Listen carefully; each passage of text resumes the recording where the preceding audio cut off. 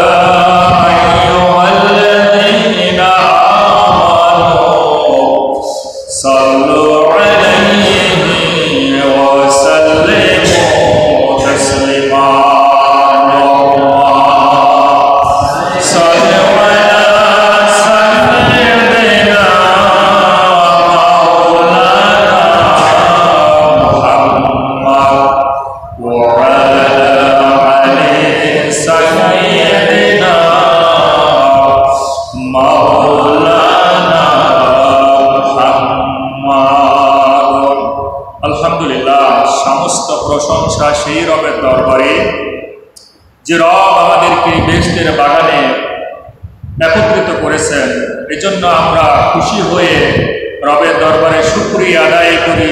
একবার জবানটা খুলে দিয়ে বলি আলহামদুলিল্লাহ। আরেকবার আমরা খুশি হয়ে রবের দরবারে শুকরিয়া আদায় করব এজন্যই যে 1971 সালে একবার দেশ স্বাধীন হয়েছিল, কিন্তু আমরা পরাধীন ছিলাম কিছু। তখন 1971 সালের পূর্বে আমরা পরাধীন ছিলাম বিদেশি প্রভুদের হাতে, আর 1971 সালের পরে আমরা দেশীয় প্রভুদের হাতে পরাধীন ছিলাম। আল্লাহ সুবহানাহু ওয়া তাআলার অশেষ মেহেরবান যে এই বাংলার জমিনে ছাত্র সমাজ, ছাত্র জনতা তাদের অক্লান্ত পরিশ্রমের বিনিময়ে যদিও আমরা আজ মুক্ত বাক্যে বা বাক স্বাধীনতা এবং আমি বলতে পারি একটা স্বাধীন দেশ। আল্লাহ সুবহানাহু ওয়া তাআলা এই স্বাধীন দেশে যেন আমরা আর এই দেশীয় কোনো প্রভু অধীনে, দেশীয় কোনো প্রভু নিয়ন্ত্রণাধীন না হয়ে আমরা যেন প্রত্যেকটা ক্ষেত্রে স্বাধীন হতে পারি। সুদের ক্ষেত্রে যেন আমরা এখান থেকে মুক্ত হতে পারি, ঘুষের ক্ষেত্রে যেন আমরা ঘুষমুক্ত দেশ হিসেবে করতে পারি, আমরা যেন বেহায়াপনা, নির্লজ্জ, অশ্লীলতা মুক্ত এই সমাজ করতে পারি, আমরা লুটতরাজ, হানাহানি, মারামারি, একেবারে বিশৃঙ্খল মুক্ত একটা দেশ এবং জাতি হিসেবে যেন আজ পুরো পৃথিবীর বুকে এই বাংলার দেশের একটা মানচিত্র যেন সারা পৃথিবীর বুকে ভেসে ওঠে, যে না এই জাতি একটা সকল দিক থেকে পরাধীনতার খপ্পর থেকে উঠে গিয়ে এখন স্বাধীন রাষ্ট্রে পরিণত হয়েছে। সেই তৌফিক আল্লাহ সুবহানাহু ওয়া তাআলা এই দেশকে দান করুক, এই দেশের সকল মানুষকে দান করুক, বলেন আমিন। এজন্য আমরা রবের দরবারে খুশি হয়ে জানাতে চাই আল্লাহ সুবহানাহু ওয়া তাআলা যেন এই বাংলার জমিনে এই অন্যায়ের বিরুদ্ধে, আজ এই দেশে সকল প্রকার বৈষম্যের বিরুদ্ধে যারা জীবন দিয়েছে, যারা প্রাণ দিয়েছে, অকাতরে যে সকল বাবারা সন্তান হারা হয়েছেন, মায়ের সন্তান হারা হয়েছেন, স্ত্রী স্বামী হারা হয়েছে, সন্তানরা পিতৃহারা হয়েছে, বোনেরা স্বামী হারা হয়েছে, সেই সকল ভাইদের জন্য আল্লাহর কাছে আমরা একটাবার দরখাস্ত করব, আল্লাহ সুবহানাহু ওয়া তাআলা যেন এই ভাইদেরকে, এই বোনদেরকে শহীদ হিসেবে কবুল করেন, বলেন আমিন। আল্লাহ রাব্বুল আলামিন তাদের কবরের আযাবকে মাফ করে দিক, বলেন আমিন। আমি আপনাদের খেদমতে এই মহাবিশ্বের মহাবিশ্বয় মহাগ্রন্থ আল কোরআনুল কারীম থেকে একটি মাত্র আয়াতে কারিমা তিলাওয়াত করেছি, সূরা আলে ইমরান 3তম সূরা আলে ইমরানের 26তম আয়াতে কারিমা তিলাওয়াত করেছি। কথা হবে মাত্র ওই 4টা শব্দের উপরে ইনশাআল্লাহ। এই 4টা শব্দ নিয়ে আমরা কথা বলবো। আল্লাহ রাব্বুল আলামিন বলেন, কুলিল্লাহুম্মা মালিকাল মুলক, এই तमाम দুনিয়ার এই রাজ্য এবং সার্বভৌমত্ব, এই শক্তির একমাত্র মালিককে। জবানটা খুলে দিয়ে আরো জোরভাবে বলতে হবে, तमाम দুনিয়ার একমাত্র এক সত্তার মালিকানার অধিকারী কে? আল্লাহ রাব্বুল আলামিন। এই রাজ্যের মধ্যে আল্লাহ সুবহানাহু ওয়া তাআলা বললেন যে আমি আমার প্রতিনিধি পাঠাবো। আল্লাহ রাব্বুল আলামিন কোরআনুল কারীম সূরা আলে ইমরানের এই 3তম আয়াতে কারিমা 3তম সূরার 26তম আয়াতের প্রথমে বললেন, কুলিল্লাহুম্মা মালিকাল মুলক। ও নবী, আপনি तमाम দুনিয়ার মানুষগুলোকে বলে দেন, এই পৃথিবীর ক্ষমতার একমাত্র স্বামী আল্লাহ, এই রাজ্যের মালিক আমি আল্লাহ, সার্বভৌমত্বের ক্ষমতার মালিক আমি আল্লাহ। সুবহানাল্লাহি ওয়া বিহামদিহি, সুবহানাল্লাহিল আযীম। সেই রাজ্যের মধ্যে তো আল্লাহ সুবহানাহু ওয়া তাআলা আমাদেরকে প্রতিনিধি করে পাঠিয়েছেন, ঠিক না? আপনাদের বোঝানোর জন্য আমি একটা ছোট্ট উদাহরণ দিব। উদাহরণটা হলো, এই যে মেডিসিন কোম্পানিগুলো, তো বিভিন্ন কোম্পানি আছে না? ইবনে সিনা একটা ওষুধ কোম্পানি না, এই ইবনে সিনার যারা এমআর আছে, এই এমআররা এই ইবনে সিনার প্রতিনিধিত্ব করে, ঠিক কিনা? এদেরকে বলা হয় রিপ্রেজেন্টেটিভ, ঠিক কিনা? এদেরকে বলা হয় প্রতিনিধি। এখন এরা গিয়ে যদি ডক্টর ফন্টে গিয়ে যদি তার ইবনে সিনার ঔষধের কথা না বলে অন্য কোনো কোম্পানির ঔষধের কথা বলে, ওই কোম্পানিকে রাখবে? কথা বলো, রাখবে? তাকে কি চাকরিতে বেতন দিবে? দিবে না। কারণ তাকে রাখা হয়েছে ওই কোম্পানির প্রতিনিধিত্ব করার জন্য, অর্থাৎ তার প্রোডাক্ট নিয়ে সে কথা বলবে। আল্লাহ রাব্বুল আলামিন এই কোরআনুল কারীমের সূরা আনআম 6তম সূরা নামের 165তম আয়াত সর্বশেষ আয়াতের মধ্যে আল্লাহ বললেন, ওয়া হুয়াল্লাযী জাআলাকুম খলাইফাল আরদ। আল্লাহ বললেন, আমি পৃথিবীর মধ্যে তোমাদেরকে পাঠিয়েছি আমার প্রতিনিধিত্ব করার জন্য। এই পৃথিবীতে আমাদেরকে পাঠিয়েছে রবের প্রতিনিধিত্ব করার জন্য। তো আল্লাহ সুবহানাহু ওয়া তাআলার প্রতিনিধিত্ব করতে হলে নিশ্চয় তিনি আমাদেরকে গাইডলাইন দিয়েছেন, দিক নির্দেশনা দিয়েছেন, কি ঠিক কিনা? দিয়েছেন না? আমার কথাকে আপনারা বুঝতে পারছেন? যদি বোঝার কোনো সমস্যা হয় আমার একটু বলবেন, আমি আপনাদের অ্যাটেনশন করতেছি। আমার কথা বুঝতে পারছেন? কোনো সমস্যা আছে? মুরব্বী কোন দিকে টান দিয়েছে? কোরআনের প্রোগ্রামে কোরআনের কথা শুনতে গেলে দুইটা মূল নীতি লাগে, মাথায় রাখবে। এই কোরআনের কথা শুনতে গেলে প্রত্যেকটা ক্ষেত্রে কিন্তু মূল নীতি আছে। এই কোরআনের প্রোগ্রামে বসতে গেলে আপনাকে কয়েকটা জিনিস মেনটেন করতে হবে। তার মধ্যে একটা মেনটেনের কথা আমি বলে দিয়েছি যে কোরআন শুনতে গেলে, কোরআনের কথা বলতে গেলে, কোরআন আলোচনা করতে গেলে শয়তানের পানাহ থেকে আমাদেরকে আল্লাহর কাছে হেফাজত চাইতে হবে, যেটা আমি আগেই আপনাদেরকে নিয়ে পড়িয়েছি। আর একটা হলো ওয়াইজা কুরিয়াল কুরআন, যখন কোরআন তেলাওয়াত করা হবে, কোরআনের অনুষ্ঠান চলবে, কোরআনের কথা বলা হবে, ফাসতামিউ লাহু, অবশ্যই তোমাদেরকে কি করতে হবে? কি করতে হবে? মনোযোগের সঙ্গে শুনতে হবে। ওয়াইজা কুরিয়াল কুরআন ফাসতামিউ লাহু ওয়ানসিতু, আর কি করতে হবে? চুপ থাকতে হবে, কথা বলা যাবে না। লাআল্লাকুম তুরহামুন, আল্লাহ বলেন এরপরে আমি তোমাদের উপর রহমত দিব, ঠিক কিনা?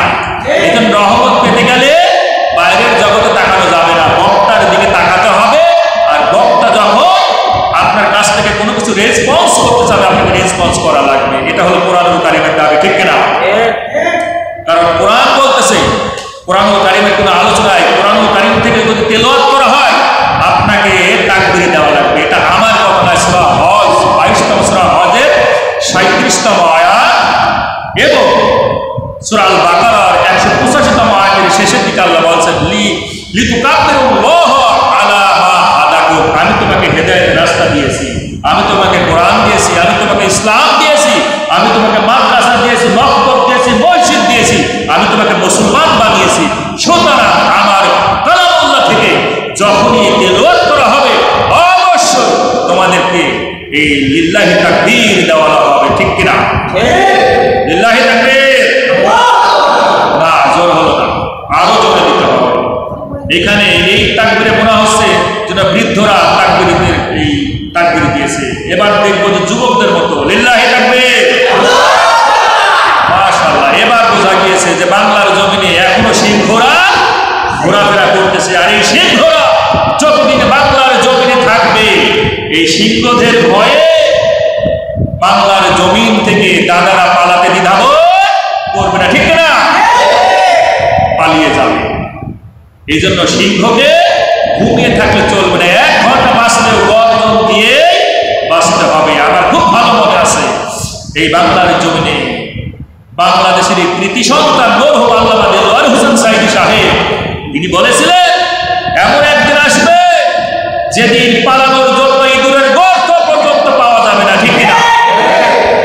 আজ সেই চিত্র, আজ সেই পরিস্থিতি কিন্তু আমরা এই দুচোখ ভরে দেখতে পাই। যারাই জালিম, যারাই জুলুম করেছে, যারাই নির্যাতন করেছে, যারাই এই জমিনটাকে অস্থিতিশীল তৈরি করেছে, আল্লাহ সুবহানাহু ওয়া তাআলা তাদেরকে এই জমিনে গর্তের মধ্যে লুকানোর জায়গা দেন না। এটা কার ক্রেডিট? জবানটা খুলে দিয়ে বলতে হবে কার ক্রেডিট? আল্লাহ রাব্বুল আলামিন এই জন্য বললেন, ওয়া হুয়াল্লাযী জাআলাকুম খলাইফাল আরদ, এই পৃথিবীর মধ্যে আমি তোমাদেরকে আমার প্রতিনিধিত্ব করে পাঠিয়েছি। মনোযোগের সঙ্গে শুনবেন, আল্লাহ প্রতিনিধিত্ব করে পাঠিয়েছেন তার রাজ্যে। আল্লাহ বললেন আমি যারে খুশি এই যে প্রতিনিধিত্ব করলাম, আর আমি যারে খুশি তাদেরকে আমি রাজ্যের ক্ষমতাধর বানাবো, আমি তাকে শাসক বানাবো। তুতিল মুলকা মান তাশা, আল্লাহ বলেন আমি যার ইচ্ছা তারে কি করবো? ক্ষমতাধর বানাবো, আমি তাকে শাসক বানাবো, আমি তাকে ক্ষমতা দিব। আর এই ক্ষমতা পেয়ে সে আমার প্রতিনিধিত্ব করবে। কেমন প্রতিনিধিত্ব করবে? আল্লাহ যে ক্ষমতা দিবেন একজনকে, তার আপনারা প্রতিনিধিত্ব করার জন্য অসংখ্য কর্মচারী থাকবে। এক একজন মানুষকে এক একটা মর্যাদা দিবেন, পদ মর্যাদা দিবেন। আল্লাহ রাব্বুল আলামিন ডাক দিয়ে বললেন, ওয়া রাফা বা'দাকুম ফাওকা বা'দিন দারাজাতিল লিয়াবলুয়াকুম ফীমা আতাকুম। ভুলে গেলেন নাকি? আল্লাহ রাব্বুল আলামিন ডাক দিয়ে বলেন, ওয়া রাফা বা'দাকুম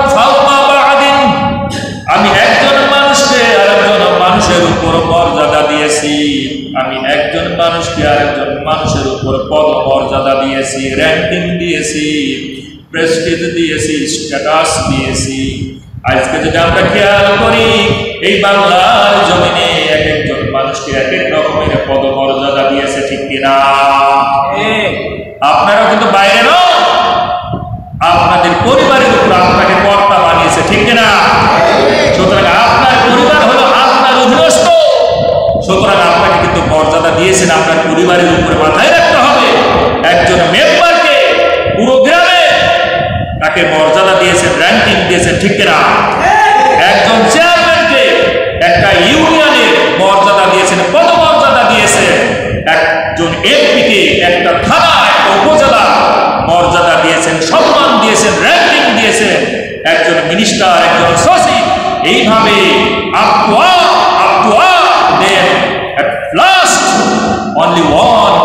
একজন রাজা আল্লাহ সুবহানাহু ওয়া তাআলা পুরো বাংলাদেশের জন্য নিযুক্ত করেছেন, ঠিক কিনা? এই হলো একটা পদমর্যাদা। আল্লাহ এই জন্য বললেন,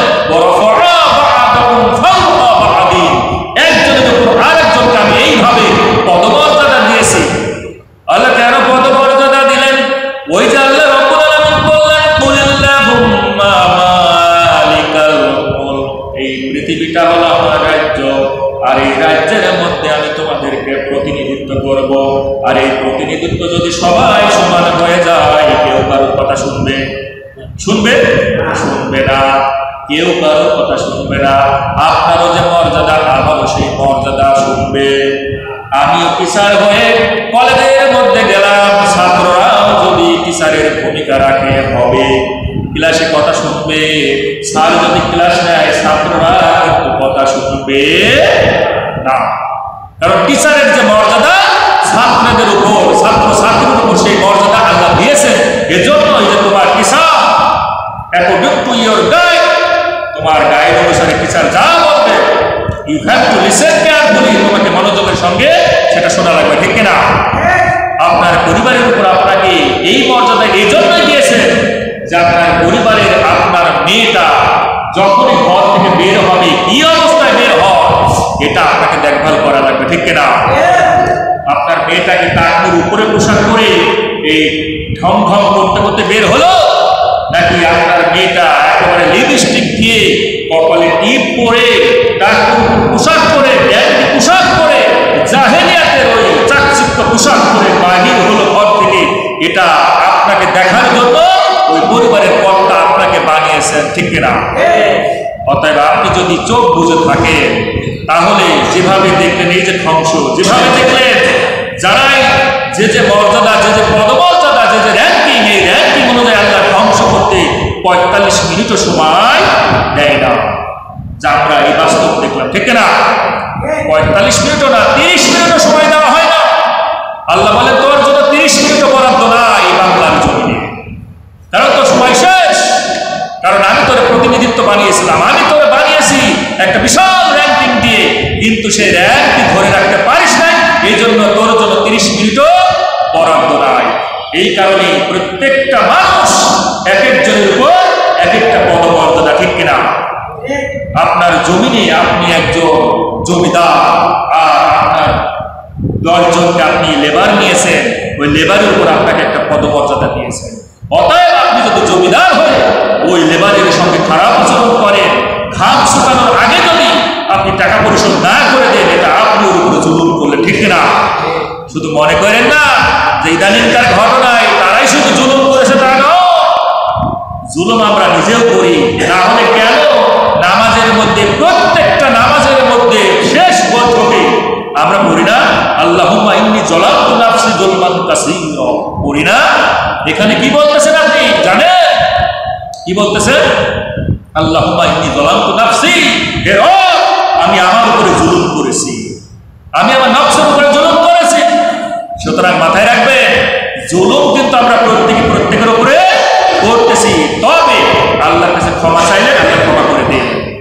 এই তাম দুনিয়ার মধ্যে যত অপরাধী হন না কেন, সকল অপরাধে কিন্তু ক্ষমা আছে, কিন্তু কেউ যদি অহংকার বশবর্তী হয়ে ক্ষমা না চায় আর অধ্যত্ত স্বীকার করে, তার জীবনে কখনো ক্ষমা হয় না। আল্লাহ রাব্বুল আলামিন কেন পদমর্যাদা দিলেন? কি কারণে পদমর্যাদা দিলেন? কেন আমাদেরকে এক একজন এক এক কিন্তু অ্যান্সার দিয়ে দিয়েছেন। প্রত্যেকটা প্রশ্ন ফাঁস হলে, দুনিয়ার কোনো প্রশ্ন ফাঁস হলে আপনাকে কিন্তু গরম ডিম দিয়ে রিমান্ডে নেওয়া হয়, ঠিক কিনা? এই যে আন্দোলন, যে ছাত্র বৈষম্য আন্দোলন, এটা শুরু হলো এই যে কিছুদিন আগেই, তার কারণ ছিল, মুখ্য কারণ ছিল বিসিএস প্রশ্ন যখন ফাঁস হয়ে গেল। এই বিসিএস প্রশ্ন ফাঁস হওয়ার পরে কিন্তু ওই যে আবেদ আলীকে যখন নিয়ে আসা হলো রিমান্ডে, এরপরে থেকে কিন্তু শুরু হয়ে গেল দেশের মধ্যে, ঠিক কিনা? কারণ উৎস তো থাকে ছোট কিছুটা। তাহলে পৃথিবীর কোনো প্রশ্ন যদি ফাঁস হয়ে যায়, আপনাকে কিন্তু গরম ডিম দিয়ে রিমান্ডে নেওয়া হবে, খাওয়ানোর জন্য না, পেছনের দিক দিয়ে গরম ডিম দিয়ে আপনার কিন্তু টেস্ট ঠান্ডা করে দেবে, ঠিক কিনা? আল্লাহ রাব্বুল আলামিন 1450 বছর আগে কোরআনুল কারীমের মধ্যে প্রত্যেকটা প্রশ্ন ফাঁস করে দিয়েছে আর বলেছেন, ও আমার গোলাম, আমি প্রশ্ন দিলাম, প্রশ্ন ফাঁস করে দিলাম, যারা এই প্রশ্নগুলোর অ্যান্সার দেখে দেখে মুখস্থ করবে আর কিয়ামতের ময়দানে কবর জগৎ থেকে শুরু করে জান্নাত পর্যন্ত আমার ওই বান্দা প্রশ্নের অ্যান্সারগুলো মুখস্থ করে আমারে শোনায়া দিবে, আমি ওই বান্দাকে তামাম সেক্টরে ক্ষমা করে দিয়ে জান্নাত পর্যন্ত পৌঁছাইয়া দিব। আল্লাহ বললেন, কেন তোমাদেরকে এই দুনিয়ায় এত মর্যাদা দিলাম? লিয়াবলুয়াকুম ফীমা আতাকুম, আল্লাহ বললেন যাতে করে আমি তোমাদেরকে পরীক্ষা করতে পারি। লিয়াবলুয়াকুম, যাতে করে পরীক্ষা করতে পারি। ফীমা আতাকুম, আমি তোমাদেরকে যা যা যে যে মর্যাদা দিয়েছি। সুবহানাল্লাহ বলবেন না? আমি তোমাদেরকে যে যে মর্যাদা দিয়েছি, যে যে র্যাঙ্কিং দিয়েছি, যে তাকে যেভাবে আমি পদমর্যাদা দিয়েছি, যাকে আমি মিনিস্টার বানিয়েছি, যাকে আমি সচিব বানিয়েছি, যাকে আমি ডিসি বানিয়েছি, যাকে আমি কনস্টেবল বানিয়েছি, যাকে আমি আলাদা করে পাঠিয়েছি, যাকে আমি টিচার করে পাঠিয়েছি, যাকে প্রিন্সিপাল বানিয়েছি, এই প্রত্যেকটা পদমর্যাদা তোমাকে এজন্যই দিয়েছি, লিয়াবলুয়াকুম, যাতে করে আমি তোমাকে পরীক্ষা করতে পারি। ফীমা আতাকুম, যে যে পদমর্যাদা আমি তোমাকে দিয়েছি। মাথায় রেখেছেন কেন আল্লাহ দিয়েছেন? এটা আমাদের মাথায় নাই, কোরআন নিয়ে গবেষণা করা লাগবে। আল্লাহ রাব্বুল আলামিন এই জন্যই বললেন, আফালা ইয়াতাদাব্বারুনা আল-কুরআন, তোমরা কোরআনটা নিয়ে একবার গবেষণা করো, তোমাদের ব্রেন খুলে যাবে। আম আলা কুলুবিন আকফালুহা, আর যারা কোরআন থেকে দূরে সরে যায় তাদের অন্তরখানা, তাদের কলবখানা মরিচা শিকার মতো জং ধরে যায়। আমার তো মনে হয় আমরা যারা বসে আছি এবং এই অল্প বড়চারা মানুষকে যদি ধরা হয় যে কোরআন পড়ে, অনেকে বলতে কি আমার মনে হয় না কত পার্সেন্ট বলবে যে পড়ি, সপ্তাহে, মাসে, বছরে এই কোরআন পড়ি না, অথচ কিন্তু কোরআনের মধ্যে সব ফর্মুলা দেওয়া আছে। দেখছে এই যে আমরা পদমর্যাদা হারিয়ে ফেলি, আজ আমরা পলাতক আসামির মতো পালিয়ে যাই লেজ গুটিয়ে নিয়ে, এগুলো কেন? সব ফর্মুলা কোরআনে দিয়েছে। আল্লাহ বলতেছে, তুতিল মুলকা মান তাশা, আমি যাকে ইচ্ছা তাকে ক্ষমতা দিই, আমি যার ইচ্ছা তারে ক্ষমতা দিই। ওয়া তানজিউল মুলকা মিম্মান তাশা, আর আমি যার কাছ থেকে ইচ্ছা তার কাছ থেকে আমি ক্ষমতাটা ছিনিয়ে নিই। জোরে জোরে বলেন লিল্লাহি তাকবীর। আল্লাহ যার কাছ থেকে ইচ্ছা তার কাছ থেকে সেকেন্ডের মধ্যে ক্ষমতা কেড়ে নেয়, ঠিক কিনা? কত জোর ফেরাউন কত বছর রাজত্ব করেছে, নমরুদ কত বছর রাজত্ব করেছে, সবাই এই যারা জালিম এই পৃথিবীর বুকে, একেবারে কাবিল থেকে শুরু করে প্রথম ইবলিস, এরপরে কাবিল, এরপরে নমরুদ, এরপরে ফেরাউন, হামান, সাদ্দাত, এই যে নামগুলো, এগুলো আমাদের মুখস্থ নাম, ঠিক কিনা? এই রকমের হাজারো যাদের নাম কোরআন কারীমে দেওয়া হয় না। আবু জেহেল, উতবা, সাইবা, মুগিরা, আব্দুল্লাহ বিন উবাই, কেউ কি আছে বেঁচে? কেউ না। এদের সবাইকে আল্লাহ সুবহানাহু ওয়া তাআলা স্বাভাবিকভাবে মারে না, নিকৃষ্টভাবে, নির্যাতিতভাবে এবং নিগৃহভাবে, এবং খুব একেবারে যে প্রাণীর কোনো দামই না, এই প্রাণী দিয়ে এদেরকে চিরতরে এই পৃথিবীর বুক থেকে লাঞ্ছিত করে মৃত্যুবরণ ঘটিয়েছে, ঠিক কিনা? আল্লাহ রাব্বুল আলামিন মুসা কালিমুল্লাহকে বললেন, যেহেতু এই কোরআনুল কারীমের মধ্যে আল্লাহ রাব্বুল আলামিন বিশ্ব নবীকে বললেন, ওয়াহাল আতাকা হাদিসুল মুসা, ও নবী আপনি মুসার কাহিনীটা মানবগুলোকে শুনিয়ে দেন। পৃথিবীর মধ্যে আমার যারা গোলাম আছে, তোমার যারা উম্মত আছে, এই উম্মতের মানুষগুলোকে মুসার কাহিনীটা শোনায়া দাও। মুসার কাহিনীর মধ্যে কি আছে, এই ঘটনা লুকিয়ে আছে, কেন আমাদেরকে শোনানোর কথা বললেন? এই মুসার কাহিনীটা আজকের থেকে না, আল্লাহ রাব্বুল আলামিন এই মুসার কাহিনীটা আজ থেকে 4024 বছর আগের কথা। ঈসা আলাইহিস সালামের যুগের আগে, অর্থাৎ 2000 সাল আগে, আর ঈসা আলাইহিস সালামের পর থেকে আজ 2024 সাল, ঠিক কিনা?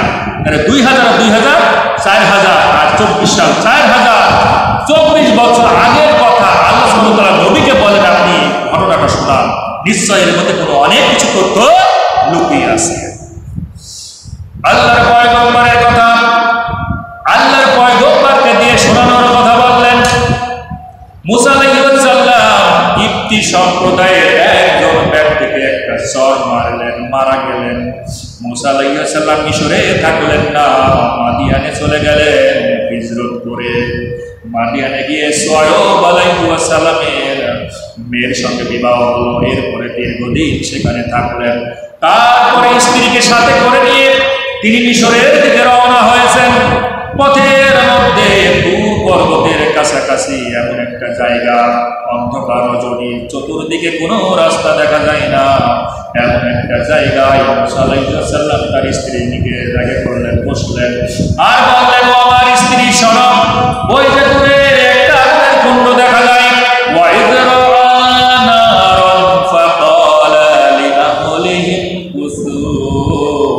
তুমি আমার এখানে অবস্থান করো, আমার পরিবার তুমি এখানে থাকো, আর আমি যে আগুন দেখতেছি আগুনের কাছে যাব।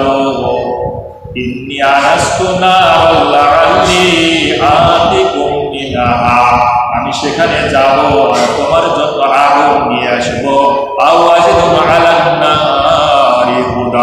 অথবা ওই আগুনের কাছে গিয়ে আমি একটা রাস্তা খুঁজে পাবো, আর ওই রাস্তা দেখে দেখে আমরা আমাদের গন্তব্যে পৌঁছাইয়া যাব। বলেন সুবহানাল্লাহ।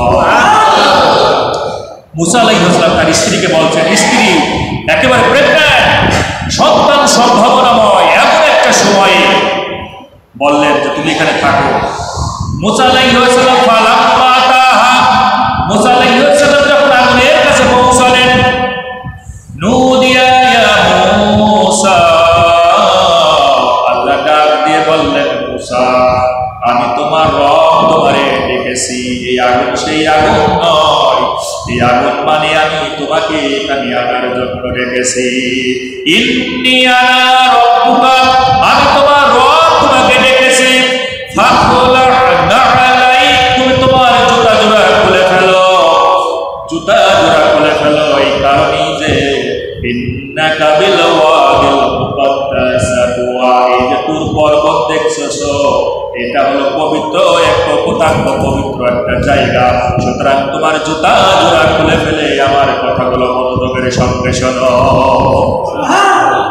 ওয়ানা খুতারতুকা, আমি তোমাকে নবী হিসাবে কবুল করেছি, আমি তোমাকে নবীয়ত দিয়েছি।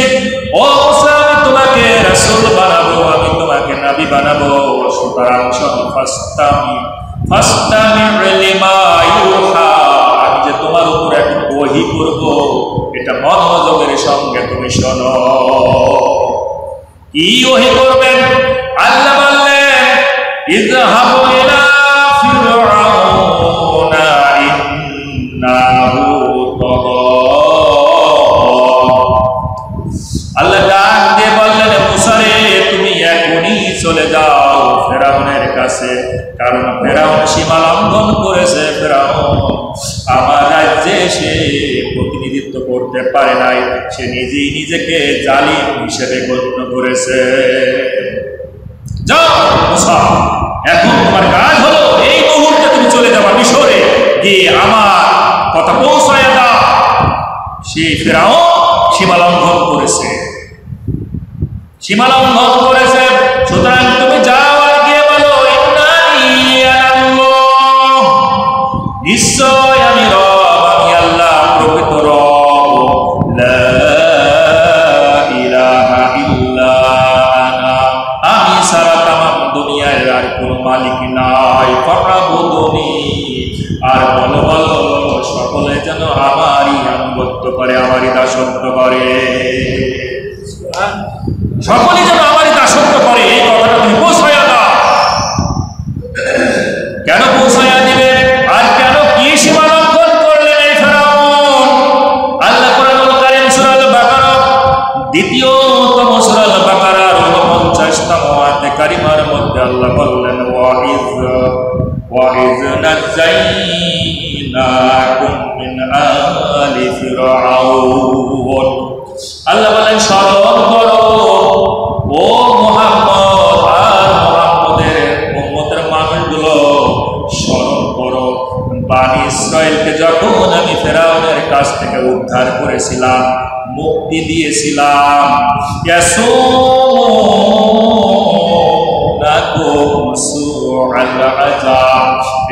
বললেন ও উম্মতের মানুষগুলো শুনে নাও, এই ফেরাউন স্বাভাবিকভাবে কষ্ট দিত না, এই বনি ইসরাইলের মানুষগুলোকে স্বাভাবিকভাবে সে যন্ত্রণা দিত না, সুল আযাব, নিকৃষ্ট ধরনের আযাব দিত, নিকৃষ্ট ধরনের কষ্ট দিত।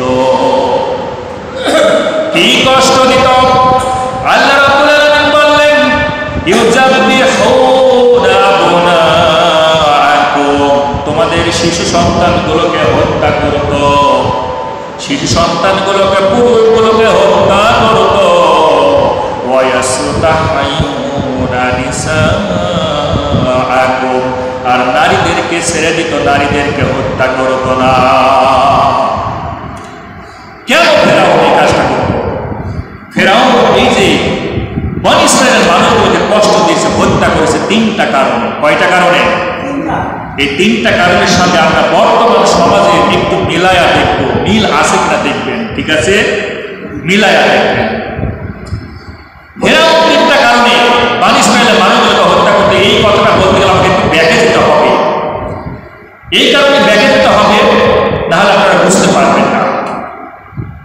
প্রথম কারণ, ফেরাউনকে একজন জ্যোতিষী বলল যে এই বনি ইসরাইলের মধ্যে এমন একজন শিশু জন্মগ্রহণ করবে যে শিশু তোমার এই মসনদকে, তোমার এই রাজ্যকে তছনছ করে দিয়ে এক ইলাহ, এক প্রতিপালক, এক আল্লাহর দ্বীন প্রতিষ্ঠা করবে। বলেন সুবহানাল্লাহ। এই ছিল একটা কারণ। এটা ছিল একটা কারণ।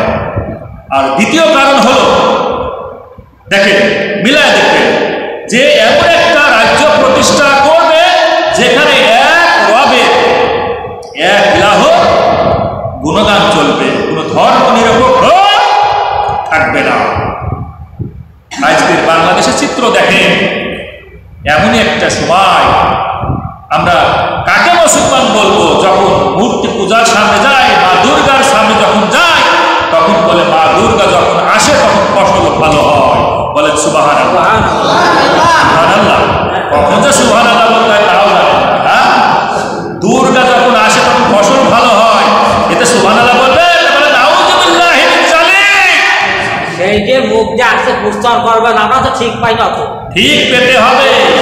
পূজা দিলে আমরা সেইটা জলকে করব। এই জন্য তো দেখবো যে আমার শ্রোতা মন্ডলী কি ঠিক আছে, এটা মাঝে মাঝে ব্রেক কি হারিয়ে ফেলে, ব্রেক কি শোনেন, যেটা সুবহানাল্লাহ সুবহান আমরা উল্টো দেবে। আচ্ছা মাঝে মাঝে চেক করতে হয় যে আপনারা কি ঘুমিয়ে পড়েছেন না জেগে আছেন। যাই হোক, তাহলে এই পৃথিবীতে দুর্গার কোনো ক্ষমতা নাই, আছে না। সে একটা মশাকে মারতে পারে না, বরং তার উপরে যদি মশাতে কামড়ে খায়, তার ক্ষমতা নাই যে মশাটাকে সে তাড়িয়ে দিবে, এমন ক্ষমতা আছে। অথচ আমরা মুসলমান এবং এই দেশের সর্বোচ্চ ক্ষমতাধর মানুষ হিসেবে এই কথা কিভাবে বলতে পারে যে দুর্গা যখন আসে তখন ফসল ভালো হয়?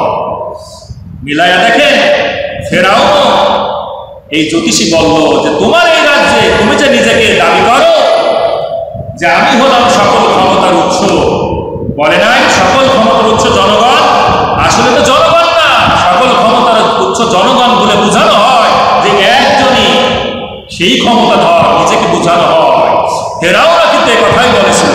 যে সকল ক্ষমতা আমারই বরাদ্দ। সুতরাং আরেকজন যে ইলাহ আছে, মুসার যে একজন রব আছে, এ আবার কি শুনলাম? বলেছিল না? বলেছিল। এই যে জ্যোতিষী ফেরাউন কে বলল এমন একজন শিশু জন্মগ্রহণ করবে, একটা ছেলে জন্মগ্রহণ করবে, যে ছেলে তোমার রাজ্যকে ধ্বংস করে দিয়ে এক রব এক আল্লাহর দিন প্রতিষ্ঠা করবে। এই কারণে ফেরাউন কি করলো? ইউযাবিহুনা আবনাকুম, শিশু সন্তানগুলোকে ধরে ধরে জবাই করত। ওয়ায়াস্তাহইউনা নিসাকুম, আর নারীগুলোকে ছেড়ে দিত। দ্বিতীয় কারণ, নারীগুলোকে কেন ছেড়ে দিত? আমি দেখলাম তাফসীরগুলো ঘেটে ঘেটে যে দ্বিতীয় কারণ হলো এই নারীদেরকে দিয়ে পরিচারিকার কাজ করাতো, এই নারীদেরকে দিয়ে খাত্রীর কাজ করাতো। আজকেও যদি আপনি মিলায়া দেখেন, আজকের এই আমাদের বই বস্তুকে, আজকের বাংলাদেশের শিক্ষা ব্যবস্থায় এই ছোট্ট ছোট্ট কমলমতি আমার ছাত্রী বোনকে দিয়ে কিভাবে আলু ভর্তা করানো হয়, এই শিক্ষা কিন্তু শুরু করেছিল, ঠিক কিনা? মিলায়া দেখে মিলে যাবে ফেরাউনের সঙ্গে। কিভাবে আলু ভর্তা করানো হয়, কিভাবে আলুকে কাটা হয়, কিভাবে বন্ধু নির্বাচন করতে হয়, এই সব কিন্তু এই শিক্ষা ব্যবস্থার মধ্যে চালু ছিল। যেহেতু as a teacher, as I am teacher, I know well, আমি খুব ভালো জানি শিক্ষা ব্যবস্থার মধ্যে কি ঢুকেছিল। ফেরাউনের সময় ওই নারীদেরকে দিয়ে পরিচারিকার কাজ, খাদ্যের কাজ করানো হতো। আজকের সমাজে এই নারীদেরকে দিয়ে কিভাবে আলু ভর্তা করা হয়, কিভাবে আলু চাকা চাকা করা হয়, কিভাবে ডিম পোস্ট করা হয়, কিভাবে ওই কুমড়া দিয়ে বড়া ভাজা হয়, এই ধরনের বেগুন দিয়ে, তেলবিহীন বেগুন দিয়ে কিভাবে চপ বানানো হয়, এই শিক্ষাগুলো দেওয়া হয়, ঠিক কিনা? মিলায়া দেখেন। 3 নাম্বার কারণ ফেরাউন কেন বনী ইসরায়েলের মানুষগুলোকে হত্যা করত, 3 নাম্বার কারণ হলো ফেরাউন ছিল কিপ্তি সম্প্রদায়। আর মুসার যে সমাজে আসবে, মুসাদের দলভুক্ত হবে, তার নাম ছিল বনী ইসরাইল। আজকের দেশেও যদি আমরা চিন্তা করি, একটা দল যখন ক্ষমতায় থাকে, সেই দলের মানুষগুলো নিরাপদ হয়ে যায়, সেই দল নিরাপদ হয়ে অন্য দলগুলোকে নির্যাতন, নিপীড়ন, এমন ভাবে তাদেরকে হত্যা করা হয়। মাছ মশাকে যেভাবে আমরা মেরে ফেলি, ঠিক সেইভাবে মারা হয়, কোনো বিচার হয় না। মিলা দেখেন, ফেরাউন ছিল কি সম্প্রদায়? কিপ্তি সম্প্রদায়। আর মুসা আলাইহিস সালাম কি ছিলেন? বনী ইসরাইল। কেন? হযরত ইব্রাহিম আলাইহিস সালামের 2 জন সন্তান ছিল। কয়জন? 2 জন। একজনের নাম ছিল কি? একজনের নাম ছিল ইসহাক আলাইহিস সালাম, আর একজনের নাম ছিল কি? ইসমাইল আলাইহিস সালাম। ইসমাইল আলাইহিস সালামের বংশে মাত্র একজন নবী এসেছেন, সেই নবীর নাম কি? এই যে মুহাম্মদ সাল্লাল্লাহু আলাইহি ওয়াসাল্লাম, একজনই নবী এসেছে। এজন্য আমরা হলাম বনী ইসমাইল। আমরা কি? বনী ইসমাইল। বনী ইসমাইলের গোত্র থেকে আমরা কিন্তু এসেছি। আর বনী ইসরাইল হলো ইসহাক আলাইহিস সালামের পরে। ইব্রাহিম আলাইহিস সালামের 2 জন সন্তানের মধ্যে একজন ছিল ইসহাক। ইসহাক আলাইহিস সালামের আরেকজন সন্তানের নাম ছিল ইয়াকুব আলাইহিস সালাম।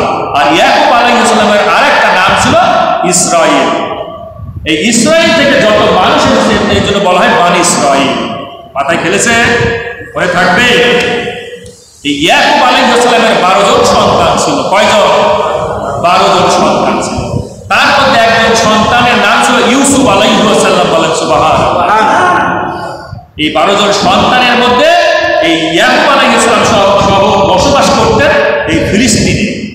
এই ফিলিস্তিনে বসবাস করতে করতে যখন এই 12 ভাইয়ের মধ্যে বেনিয়ামিন আর ইউসুফ আলাইহিস সালাম ছিলেন এক মায়ের সন্তান, আর বাদ বাকি 10 জন ছিলেন ইয়াকুব আলাইহিস সালামের আরেকজন স্ত্রীর 10 জন সন্তান। এই 10 ভাই চিন্তা করলো যে আব্বা আমাদেরকে ভালোবাসে না, ইউসুফকে বেশি ভালোবাসে।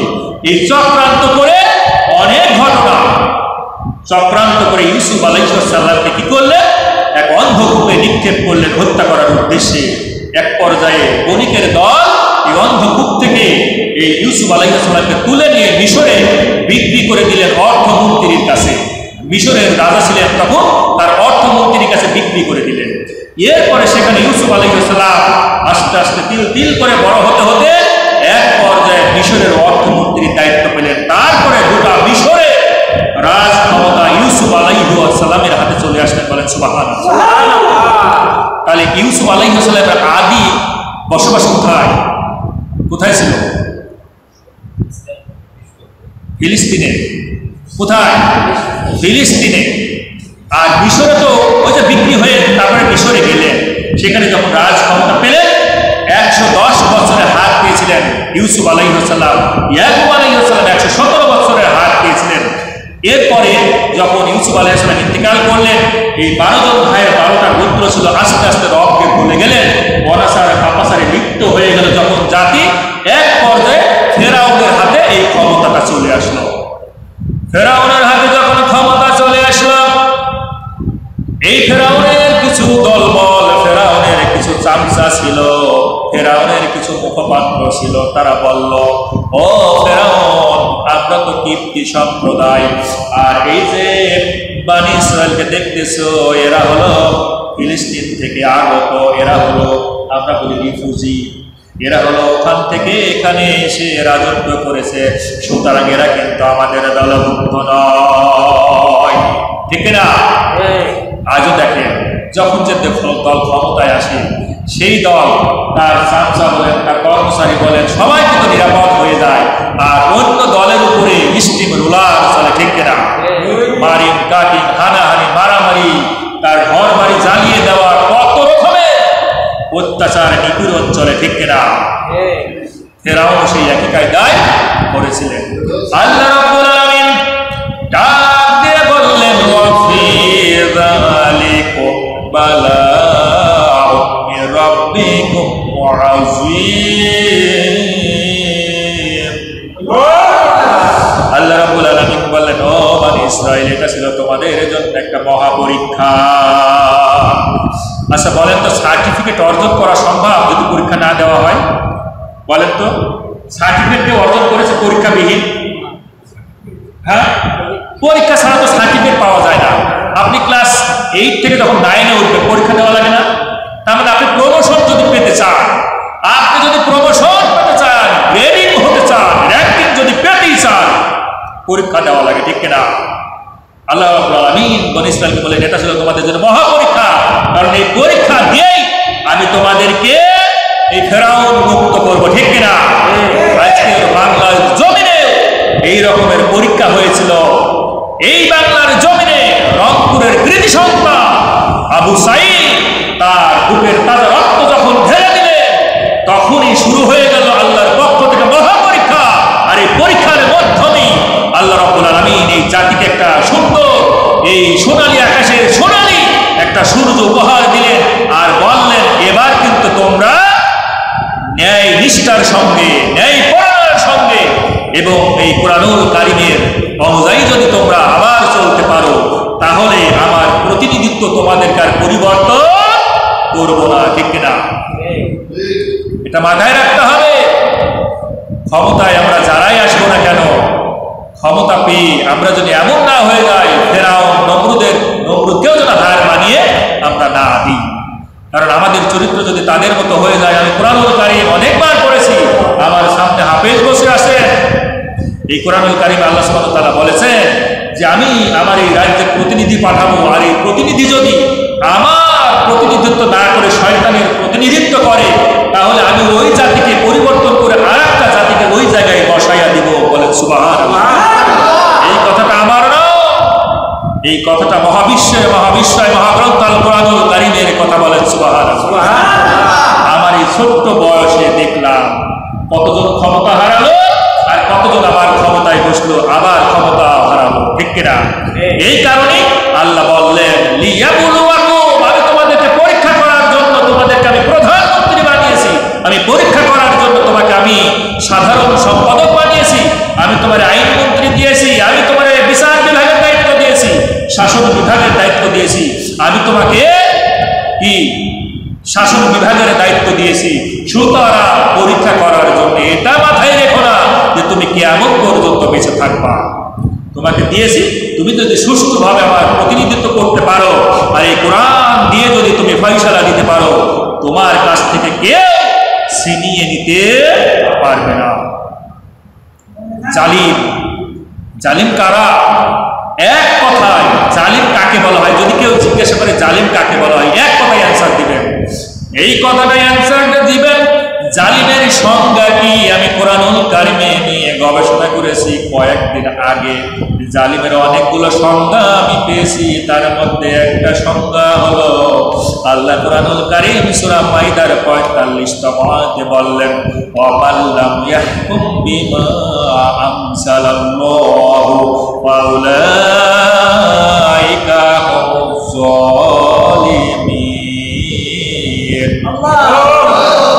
আল্লাহ রাব্বুল আলামিন ডাক দিয়ে বললেন, ওয়া মাল্লাম ইয়াহকুম, যারা বিচার করে না, ফয়সালা করে না, যারা আইন চালায় না, বিচার বিভাগ চালায় না, শাসন করে না, কি দিয়ে? বিমাম সালাল্লাহু, ওই যে আসমানি সিলেবাস দিয়ে, আসমানি সিলেবাসের নাম কি? জবানটা দিয়ে বলেন।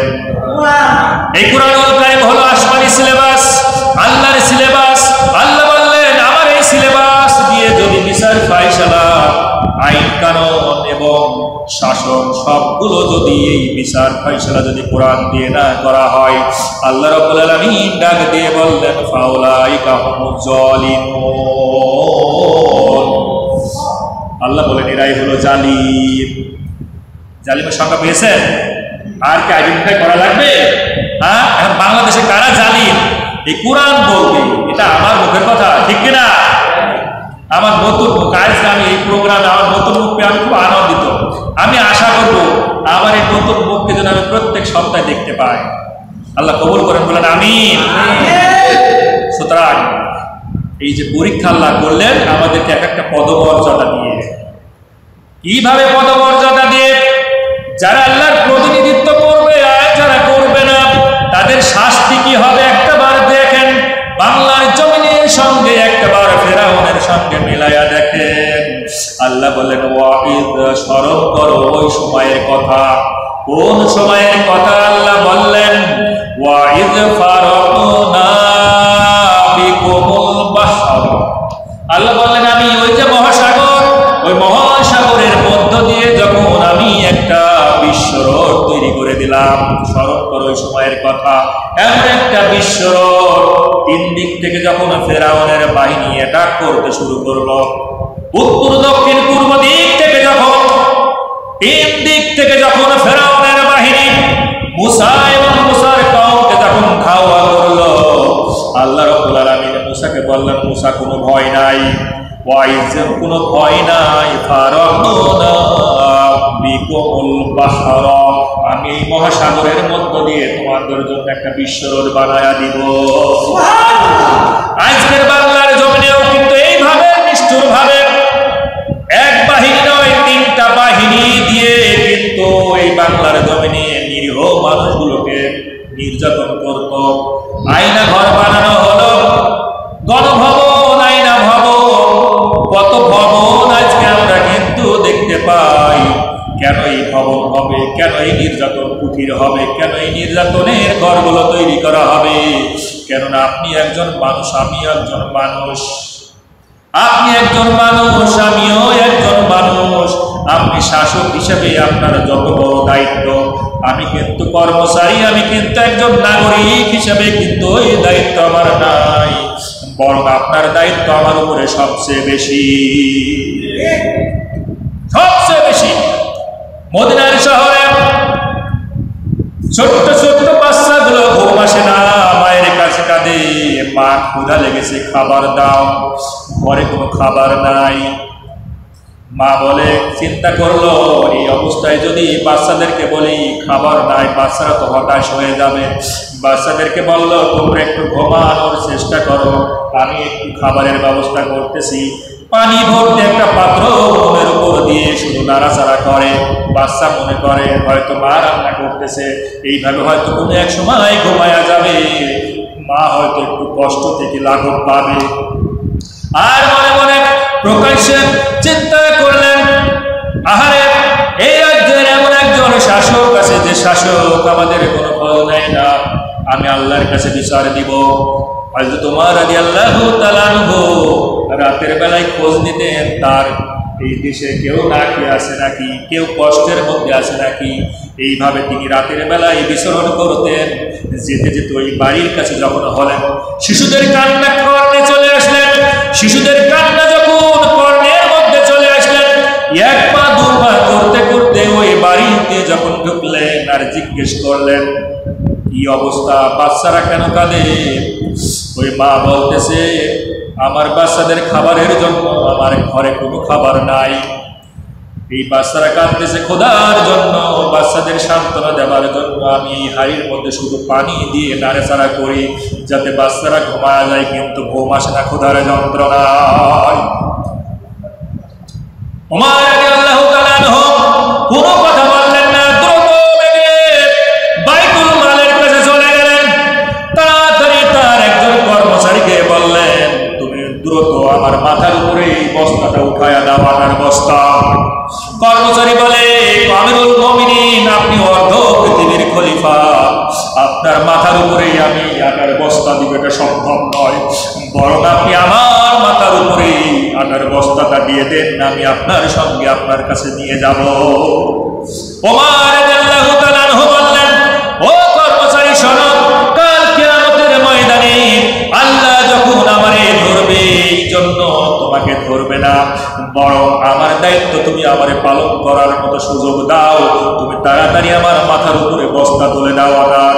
সঙ্গে সঙ্গে আটার বস্তা নিয়ে অর্ধ পৃথিবীর মালিক, অর্ধ পৃথিবীর খলিফা, অর্ধ পৃথিবীর রাজা চলে যাচ্ছেন ওই গরিব কুঠিরে বাচ্চার খাবারের জন্য।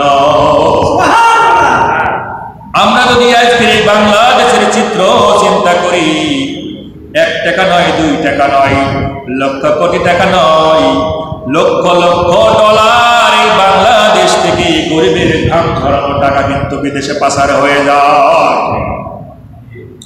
কি ক্ষমতা ধরাবে? আপনি সামান্য একটা ভূখণ্ডে আপনাকে ক্ষমতা দিয়েছেন এর জন্য আপনার তো সারা রাত তাহাজ্জুদ নামাজ আদায় করা উচিত, ঠিক না? তাহাজ্জুদ নামাজ আদায় করেছে। ওই যে আপনার ওই ঢাকার ওই যে নরসিংদী না কি যেন, এই যে উসমান কি যেন, উসমান নামটা আমার মনে আসতেছে না, থাইল্যান্ডে চলে গেছে, শামীম উসমান তাহাজ্জুদ নামাজ আদায় করতো। সে বলতো যে আমি সারা রাত 17 রাকাতের তাহাজ্জুদ নামাজ আদায় করতো।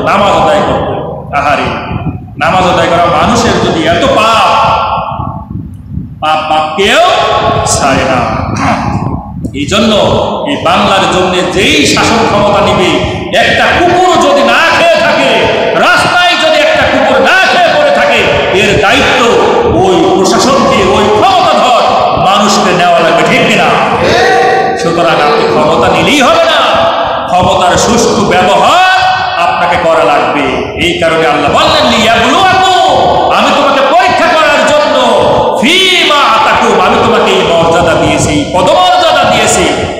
আল্লাহ রাব্বুল আলামিন বললেন, শোনো, ইন্না রাব্বাকা সারিউল ইকাব, আমি দ্রুত গতিতে যারাই পরীক্ষায় ফেল করবে, যাদেরকে আমি মর্যাদা দিব, এই মর্যাদা পাবার পর, এই যে ক্ষমতা পাবার পর যদি সে ফেল করে, যদি সে আমার প্রতিনিধিত্ব করতে গিয়ে ফেল করে যায়, অন্যায় জুলুম নির্যাতনের শিকারকারী হয়ে যায়, আল্লাহ বলেন আমি অতি দ্রুত তাকে কি করব, ধরব, তার আমি শাস্তির আওতায় নিয়ে আসবো। ইন্না রাব্বাকা সারিউল ইকাব, সারিউল ইকাব মানে দ্রুত গতিতে আল্লাহ সুবহানাহু ওয়া তাআলা তাকে ক্ষমতাচ্যুত করে, ক্ষমতাচ্যুত করবে না, তাকে আবার শাস্তির আওতায় নিয়ে আনবেন। বলেন ঠিক কিনা? আজকে আমরা সেই চিত্র দেখতে পেলাম। আজ এই বাংলার জমিন থেকে কি দ্রুত গতিতে যারা অপরাধ জগতের কিং ছিল, অপরাধ জগতের ডন ছিল, অপরাধ জগতের মুখোশধারী শয়তান ছিল, তারা এই সেকেন্ডেরও সময় পায় না, কিভাবে দ্রুত গতিতে এই জমিনটাকে ত্যাগ করবে, এটা কিন্তু আমরা দেখতে পেলাম। আল্লাহ রাব্বুল আলামিন বললেন, মুসা, এই যে বিশ্ব রোড আমি তৈরি করে দিলাম, চলে আসো, এই বিশ্ব রোড দিয়ে তুমি চলে আসো।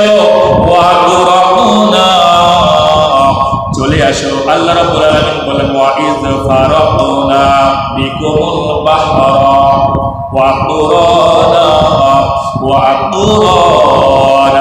আল্লাহ রাব্বুল আলামিন বললেন মুসা রে আমি তোমাদেরকে উদ্ধার করব, কোনো টেনশন করো না, তুমি চলে আসো।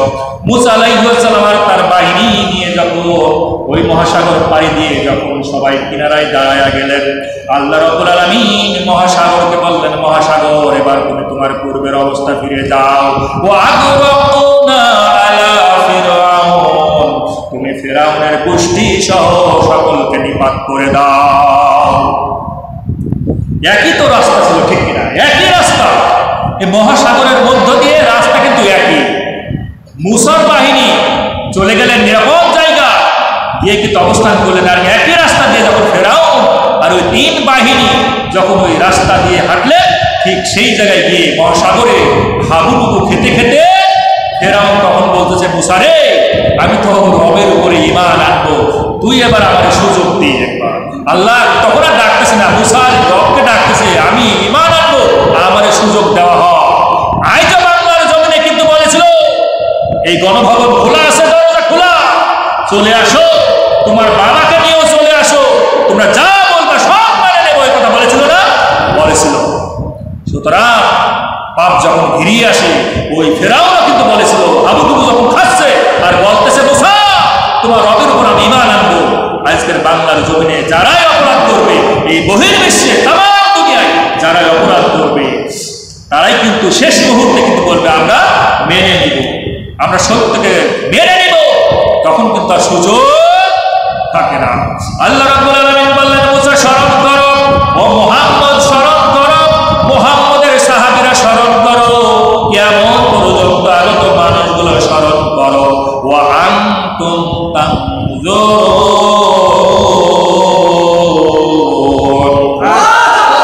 আল্লাহ ডাক দিয়ে বললেন মুসা এবং মুসার বাহিনী ওই কিনারায় দুচোখ ভরে তাকিয়ে তাকিয়ে দেখতেছিলেন ফেরাউনের দলবল কিভাবে এই সাগরের মধ্যে হাবুডুবু খাচ্ছে।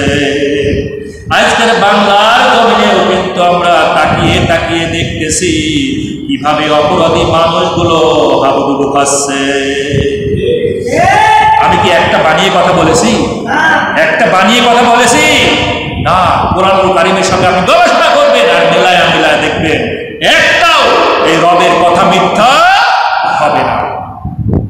এই জন্য আমি আজ বাংলার জমিনের এই জাতির উদ্দেশ্যে আমি দ্বার্থহীন কণ্ঠে বলতে চাই যে জ্বালাও পোড়াও এটা আসলে ইসলাম সমর্থন করে না। কারোর ঘরে আগুন দেওয়া এটা সমর্থন করে না। কোনো ভাইকে আঘাত করা এটা ইসলাম সমর্থন করে না। আপনি কাকে আঘাত করতেছেন? এই কয়েকদিনে আমি শুনতেছি, দেখতেছি, Facebook, YouTube, Twitter, Instagram, press media, electronics media, সব মিডিয়া দেখতেছি আজ অনেকের ঘরে আগুন, অনেকে অনেকভাবে আজ কষ্ট দিতেছি আমরা। হয়তো অনেক নিরীহ মানুষের ঘরে কিন্তু আগুন জ্বলতেছে। কেন? এটা ঠিক হবে না, এটা ঠিক নয়।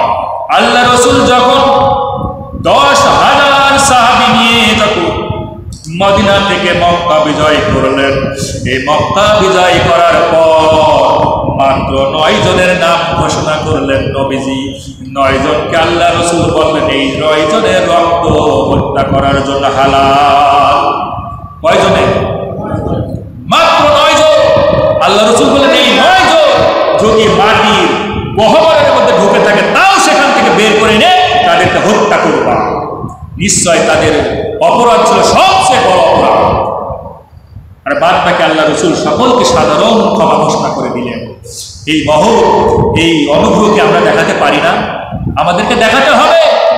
আল্লাহ রসুল এই 9 জনকে ঘোষণা করলেন, 9 জনের নাম ঘোষণা করে দিয়ে বললেন এই 9 জনকে যেখানে পাবা সেখানে কোপাবা, এদেরকে সেখানেই তুমি কোপন দিবা, এদেরকে সেখানেই তুমি জাহান্নামে পাঠায়া দিবা। এরপরেও 5 জনকে আল্লাহ রসুল আবার ক্ষমা করে দিলেন, আর 4 জনকে পৃথিবীর বুক থেকে জাহান্নামে পাঠিয়ে দেওয়া হয়েছিল। এই 5 জন ক্ষমার মধ্যে একজনের নাম ছিল ইকরামা বিন আবু জাহেল। আবু জাহেলের সন্তান ইকরামা, তিনি কিন্তু এই 9 জনের মধ্যে একজন ছিলেন যার রক্ত মুসলমানের জন্য হালাল ছিল। এই ইকরামা যখন মদিনা শহর থেকে মক্কা শহর থেকে পালিয়ে ইয়ামানে চলে যাবে, নৌকার উপরে উঠবে, এমন সময় তার তার স্ত্রী বিশ্ব নবীকে গিয়ে বললেন, ইয়া রাসূলুল্লাহ, ইয়া হাবিবাল্লাহ, আপনি যদি অনুমতি দেন আর আমার স্বামীকে যদি ক্ষমা করে দেন, আমি আমার স্বামী ইকরামাকে ফিরিয়ে আনবো। আপনি যদি এই প্রতিশ্রুতি দিয়ে দেন। আল্লাহ রাসূল বললেন, যাও তুমি তোমার স্বামীকে ফিরিয়ে আনো, ইকরামাকে আমি ক্ষমা করে দিলাম, ফিরিয়ে আনো। ইকরামাকে তার স্ত্রী গিয়ে নৌকায় উঠবে এমন সময় তাকে ফিরিয়ে আনলেন, বিশ্ব নবীর দরবারে নিয়ে আসলেন, ইসলাম গ্রহণ করলেন। এবং এই ইকরামা একদিন এই ইসলামের জন্য একজন সবচেয়ে বড় যোদ্ধায় পরিণত হয়েছিলেন। সুবহানাল্লাহি ওয়া বিহামদিহি সুবহানাল্লাহিল আযীম। এজন্য আমরা এই বাংলার জমিনে আপনার প্রতিবেশী, আপনারই ভাই, আপনারই ভাগ্নি, আপনারই কেউ না কেউ, আপনি যদি তার ঘরটা জ্বালিয়ে দেন আর যদি তাকে আঘাত করেন, তাকে যদি কষ্ট দেন, তাহলে ওই যে ঘুটো যখন পড়ে আর তখন ওই যে কাঁসা কি বলে, গোবর তখন হাসে। গোবর চিন্তা করে যে ও আর কখনো ঘুটো হবে না, ও আর কখনো নোংরা হবে না, এই চিন্তা করে। কিন্তু একই সময় দেখা যায় ওই গোবর এক সময় শক্ত হয়ে শুকনো হয়ে আবার ঘুটোতে পরিণত হয়েছে, আবার নোংরায় পরিণত হয়েছে, ওকেও কিন্তু আবার জ্বলতে হয়, ঠিক কিনা? এই জন্য এটা মাথায় রাখবে। আজ কি এই বড়ইছড়া কোনো মানুষ যদি মারা যায়, এই খাটিয়া ধরবে কে? কুষ্টিয়া থেকে লোক আসবে না বড়ইছড়ার মানুষ খাটিয়া ধরবে? বলেন তো, বড়ইছড়ার মানুষ খাটিয়া ধরবে। আপনার বাড়ির পাশের মানুষ আপনার জন্য কাঁদবে, আপনার খাটিয়া ধরবে, আপনাকে কাফন পরাবে, আপনাকে কবরস্থানে নিয়ে যাবে। সুতরাং এই বাংলার জমিনে কাকে আঘাত করতেছেন আপনি, কাকে মারতেছেন, আপনি ক্ষমা করে দেন। দেখবেন অদূর ভবিষ্যতে আমরা সবাই এক একজনের ক্ষমা পরবশ হয়ে যাব। ক্ষমায় পৃথিবীতে শান্তি বিরাজমান করে, কোনো প্রতিহিংসায় এই পৃথিবীতে কিন্তু শান্তি সমাধান আসে না, ঠিক কিনা? সব শেষে আমি একটা গল্প দিয়েই শেষ করতে চাই আজকের এই প্রোগ্রামটা। আমরা যারাই ক্ষমতায় যাই না কেন, আমরা যারাই এই ক্ষমতার ঘর হই না কেন, এই গল্পটা যদি আমরা মনে রাখতে পারি, ইনশাআল্লাহ সে আর এই ধরনের জুলুম নির্যাতনের শিকারও হবে না এবং সে নিজেও করবে না।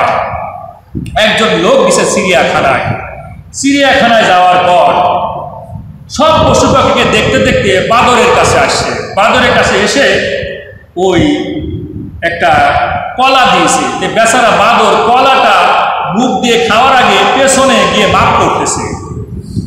বুঝতে পারছেন তো? পেছনে ওই পেছন সাইডে মাপ করে দিয়ে এরপরে কলাটা আবার সে খাচ্ছে। এখন যে লোকটা কলা দিয়েছে বলছে, বেয়াদব বাদর গতিকার, আমি কত পশু দেখলাম, কত কিছু দিলাম, আর কেউ তো এই ধরনের বেয়াদবি কাজ করে নাই, আর তোরে আমি কলা দিলাম, আর তুই কলাটা মুখে না দিয়ে তুই আগে পেছন দিক দিয়ে মাপ করতেছিস। চলে গেছে ওই চিড়িয়াখানার পরিচালকের কাছে, গিয়ে বলছে, ভাই আপনার পশু পাখিকে কি ভদ্রতা শেখাতে পারেন না? আমি দিলাম কলা খাওয়ানোর জন্য, আর এই কলা না খেয়ে পিছন দিকে মাপ করে দিয়ে এরপরে সে কলা খাচ্ছে। পরিচালক বলছে, ভাই ক্ষমা করে দিবেন, আর ক্ষমার দৃষ্টিতে দেখবেন। বিষয়টা হচ্ছে যে কিছুদিন আগে এই বাদরকে একটা বেল দিয়েছিল একজন, তো বাদর বুঝতে না পারে বেল খাওয়ার পর ওই বেল আর বের হয় না। এই বেল যখন বের হয় না তখন কি করবে, অপারেশন করে ওই পেছন সাইড কেটে দিয়ে অপারেশন করে ওই বেল বের করা হয়েছে। এই জন্য কেউ কোনো কিছু দিলে ওই বাদর আগে চিন্তা করে যে মাপ করি, দেখে যে এটা বের হবে না। আবার কিছুদিন পর আরেকজন গিয়েছে ওই বাদরের কাছে, একটা আম দিয়েছে, তো বেচারা আমটা করলো কি পানি তাকে ভিজানোর পর আবার পেছনে মাপ করলো, মাপ করার পর এবার খাল। এবার লোকটা একইভাবে যে আবার কোন দেশি পশুরের এরকম তো কাজ কখনো করে না। পরিচালকের কাছে গিয়ে বললো, ভাই এই যে আগুন মনে হচ্ছে ইতে ওই যে পানির মধ্যে জুবরালো, এরপরে পেছনে মাপ করলো, তারপরে খাচ্ছে, কারণটা কি? বলছে, ভাই আর বলেন না, এই বাদরকে ওই ইয়ারকি করে কেউ বদমাইশি করে একটা সিগারেটের টুকরা দিয়েছিল। এখন বাদর তো বুঝতে পারে নাই, ওই পেছনে মাপ করতে গিয়ে ও পুড়ে গেছে। আগুন জ্বলতেছে, সিগারেটের যে আগুন জ্বলতেছে, এখন পেছনে যে মাপ করতে গেছে আগুন ধরে গেছে পাশায়, ও দেখা গেল পুড়ে গেছে। এই কারণে ও যখনই কোনো কিছু দেওয়া হয় প্রথমে ও পানির মধ্যে জুবড়ায়, পানির মধ্যে চুবানোর পর ওটা নিষ্ক্রিয় হয়ে যায়, এরপরে পেছনে মাপ করে, মাপ করার পর তারপরে খাওয়া হয়। এই গল্পের মাধ্যমে আমি বোঝাতে চাই, বাংলার জমিনে যারাই আপনারা ক্ষমতায় আসবেন, এই বাদরের মতো মাপ করে খাবে, ইনশাআল্লাহ আপনার পেটে ওই মধ্যে জমা থাকবে না, আর অপারেশন করে বের করা লাগবে না। হজম হয়ে আপনি যদি হালাল উপার্জন করে হালাল খাবারটা খান, বাংলার হালাল টাকা যদি আপনি ভক্ষণ করেন, ওই বাদরের মতো অপারেশন করে বেল কাটা লাগবে না, বেল বের করা লাগবে না। সুতরাং মাপ করে খাওয়া লাগবে। আল্লাহ রাব্বুল আলামিন আমাদেরকে তৌফিক দান করুন। আজকের এই আলোচনা থেকে এতটুকু শিক্ষা পেলাম যে আপনি যদি এই জমিনে একটা পিঁপড়াকে অন্যায়ভাবে হত্যা করেন, আপনিও অবশ্যই আল্লাহর পক্ষ থেকে গজবে পতিত হবেন। আল্লাহ সুবহানাহু ওয়া তাআলা আমাদেরকে এই পৃথিবীর মধ্যে নিরীহ এবং সবচেয়ে সৎ এবং ন্যায়পরায়ণ এবং রাসূলের একনিষ্ঠ আদর্শ মানুষ আর কোরআনুল কারীমের দলে আমাদেরকে কবুল করুক, বলেন আমিন আমিন আমিন। আসুন আমরা দোয়া করি। আর আরেকটি বিষয় আপনাদের সঙ্গে শেয়ার করতে চাই। এই শনিবারে হয়তো প্রোগ্রাম আমি করতে পারবো না, আমার হাতে এখন অনেকগুলো প্রোগ্রাম জমা পড়েছে, প্রায় অনেক জায়গা থেকে এসেছে প্রোগ্রাম করার জন্য। তো শনিবারে একটা ডেটে কয়েকদিন আসতে পারি না, এই জন্য এটা চিন্তাই করে নিয়ে নিয়েছি একজন, এক জায়গায় শনিবারে প্রোগ্রামটা আমি করবো। এই জন্য আপনাদের জন্য আমি বুধবারের দিন নিয়াত করতেছি। বুধবারে কোনো সমস্যা? হ্যাঁ, আর বুধবারের দিনে আপনারা একটু মাঝে মাঝে দেখেন টাকা পয়সা দেওয়ার মালিক কি, শুধু এই হাদিস কোরআনের কথা শুনলে হবে না, খরচ করতে হবে। এই খরচটা কার সমষ্টির জন্য করবেন বলেন তো? আমি আপনাদের জন্য একটা হাদিস, এই কথা বলতে গিয়ে মনে পড়ে গেল, হাদিসটা আমার কাছেও জমা আছে। আল্লাহ রাসূল সাল্লাল্লাহু আলাইহি ওয়াসাল্লাম বলছেন, ক্বালা ইয়াকুলু বুনু আদামা মালি মালি। আল্লাহ রাসূল বলছে, এই আদম সন্তান বলে এটা আমার মাল, ওটা আমার মাল, এই তামাম দুনিয়া সব হলো আমার মাল। এই কথা আদম সন্তান বলে। আল্লাহ রাসূল বলছেন, ওয়া ইন্নামা মালুকা মা আকালতা ফা আম নাইতা ফা আম নাইতা। মানুষের তো সেই জিনিসটা, যে জিনিসটা সে খেয়ে শেষ করে ফেলেছে, এটাই হলো তার জন্য বরাদ্দ। মানে সব দুনিয়া সব জিনিস কিন্তু তোমার না। আল্লাহ রাসূল বোঝাতে চাচ্ছেন তোমার মাত্র 3টা মাল। কয়টা মাল? মাল মানে সম্পদ, জিনিস। আল্লাহ রাসূল বলছে তোমার জন্য 3টা মাল শুধু এই পৃথিবীতে যতদিন তুমি বাঁচবা। তার মধ্যে একটা মাল হলো যে ওয়া ইন্নামা মালুকা মা আকালতা ফা আফনাইতা, যেটা তুমি খেয়ে শেষ করে ফেলেছো, এটা তোমার 1 নম্বর। আর 2 নম্বর হলো আও লাবিস্তা ফা আবলাইতা, যেটা তুমি পরিধান করে পুরাতন করে ফেলেছো। এই যে আমরা পোশাক পরেছি না, পোশাক পরিধান করেছি না, এই পোশাকটা পরে পরে আমরা পুরাতন করে ফেলেছি, এটাই কিন্তু আমার মাল। আর একটা হলো আও তা সাদাকাতা ফা আম দয়তা, আর যেটা তুমি সদাকা করবা, দান খয়রাত করবা, এটাই হলো তোমার মাল, কিয়ামতের ময়দানে তুমি পাবা। আর আপনি একটা দেখান তো যে আপনার মাল, দেখাতে পারবেন? বলতে পারবেন? আপনি নিজে পরিধান করে যে পোশাকগুলো পুরাতন করে ফেলেছেন, এটাই আপনার। আর যেটা আপনি ভক্ষণ করতেছেন, খাচ্ছেন, এটাই শুধু আপনার। আর যেটা আপনি দান খয়রাত করতেছেন, ওটা কিয়ামতের ময়দানে গিয়ে পাবেন। এই 3টা ছাড়া আপনি আর খুঁজে পাবেন না। এই কথাটা আমার নয়, মহাবিশ্বের বিস্ময় মহান চরিত্রের অধিকারী বিশ্ব নবী এই কথাটা বলেছেন, ঠিক কিনা? সুতরাং শুধু আমরা এই আল্লামা মরহুম দিলওয়ার সাইদি সাহেবের গল্পটা মনে পড়ে গেল। একজন লোক একটা কুকুর নিয়ে যাচ্ছে, যেতে যেতে পথের মধ্যে কুত্তাটা একেবারে মরমর অবস্থা, ক্লান্ত হয়ে, মানে ওই যে মারা যাওয়ার সময় কি করে, হা করে সে বারবার শ্বাস প্রশ্বাস নিছে, এখনই মরে যাবে। এখন লোকটা কুকুরটাকে নিয়ে খালি কাঁদতেছে। পথচারী একজন এসে জিজ্ঞাসা করছে, ভাই তুমি কাঁদতেছো কেন? বলছে, ভাই এই কুকুরটা খুব আমার প্রিয় কুকুর, এ মারা যাচ্ছে, এই জন্য আমি কাঁদতেছি। তুমি ভাই তোমার পাশে এটা কি? বলো, আমার পাশে পুতলা। পুতলার মধ্যে কি আছে? বলছে, কিছু খাবার আছে, পানি আছে। বলছে, ভাই এই পুতলার মধ্যে খাবার আর পানি যদি কুকুরকে দাও তো বেঁচে যায়। বলছে, ভাই আমার কাঁদতে তো আর পয়সা লাগে না, কিন্তু পুতলা থেকে বের করলে ওটা তোমার টাকা খরচ হয়। তো আসলে এই পুতলায় হাত দেওয়া লাগবে, টাকা খরচ করা লাগবে। টাকা যদি খরচ করেন, টাকা আবার আপনার কাছে আসবে। আর টাকা খরচ করবেন না, আসবে না। দেখেন না, টিভিতে দেখাচ্ছে না, হাজার হাজার লক্ষ লক্ষ কোটি কোটি টাকা কোন জায়গায় ফেলে থুয়ে কই দৌড় দিয়েছে। এই টাকা কে ভক্ষণ করবে? বলে হাজার হাজার লক্ষ লক্ষ কোটি কোটি টাকা। এজন্য আমি আপনাদের কাছে আমার একটা দাবি, এটা আমার মজুরি না, আমি যে তেল খরচ করে আসি, মোবিল খরচ করে আসি, আপনাদের কাছে আমি বেশি দাবি না, মাত্র 100টা টাকা। এই টাকাটা আমিও ওই করবো না, আমি এই টাকাটা এরকম মাহফিলের থেকে প্রত্যেকটা মাহফিল 100 টাকা করে আমি দান করতে পারবো। এজন্য আপনাদের কাছে আমার দাবি, মাসে 400 টাকা হয়, 4 সপ্তাহ মাস, এই 400 টাকা হয়। অর্থাৎ এই আমার মনে হয় 10 জনে যদি 10টা লাঠি থাকে, একজনের বোঝা, আর একটা বোঝা সবার হাতে একটা করে লাঠি হলে কিন্তু পাতলা হয়ে যায়।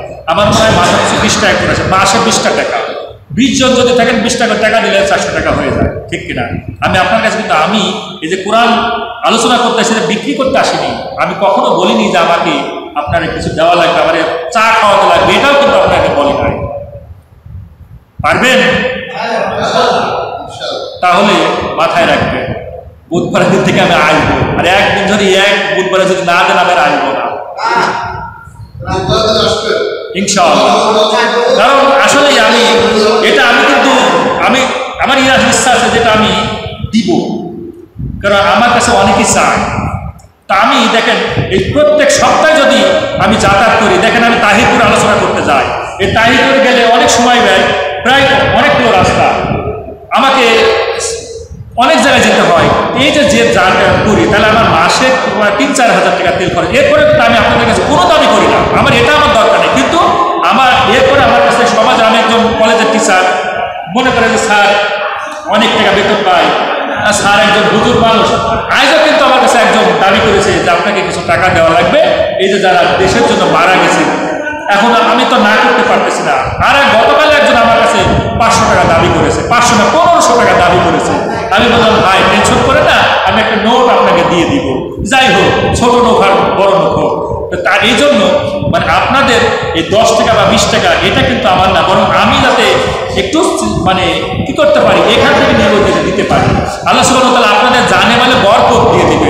আমি বেশি চাই না, আমি একটার উপরে নেব, একটাই যথেষ্ট, আমি বেশি না, আমাকে একটা দিবে না, এটা বেশি হয়ে গেল। আমি বলেছি দেখুন, তাহলে আজকে দিচ্ছেন, কিন্তু আমি পরবর্তীতে কিন্তু আমি নিব না, আমাকে একটা। আল্লাহ তৌফিক দান করুন। আসুন আমরা মন খুলে দেশের জন্য দোয়া করব।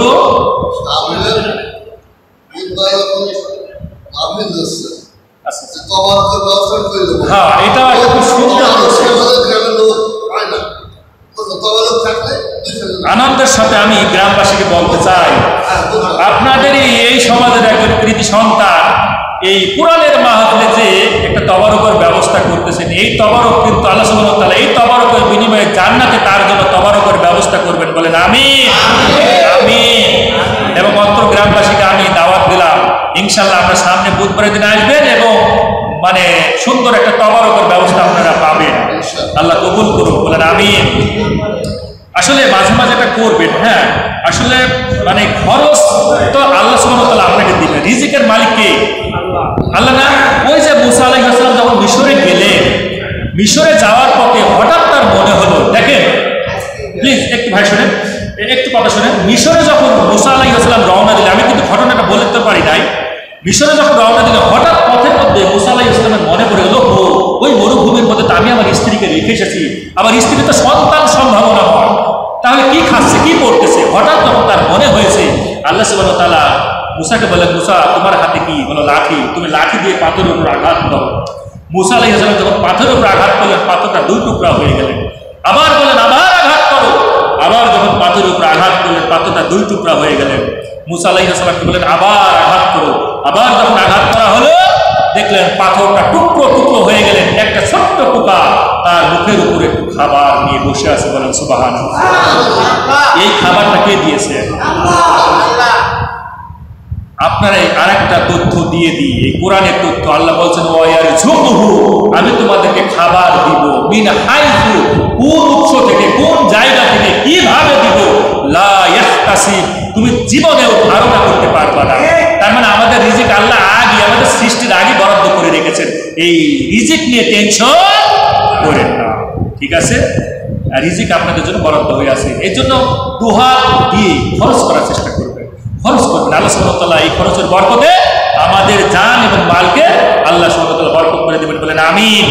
আল্লাহুম্মা আমিন সুম্মা আমিন। রব্বানা জালামনা আনফুসানা ওয়া ইল্লাম তাগফির লানা ওয়া তারহামনা লানাকুনান্না মিনাল খাসিরিন। রব্বুল আলামিন, এই সারা নামাজের পর তোমার গুনাহগার বান্দাগুলিকে নিয়ে অত্র বড় ছাড়া অনেক মা বোন হাত উত্তোলন করেছে, সকলকে নিয়ে আমি গুনাহগার বান্দা তোমার দরবারে হাত তুলেছি।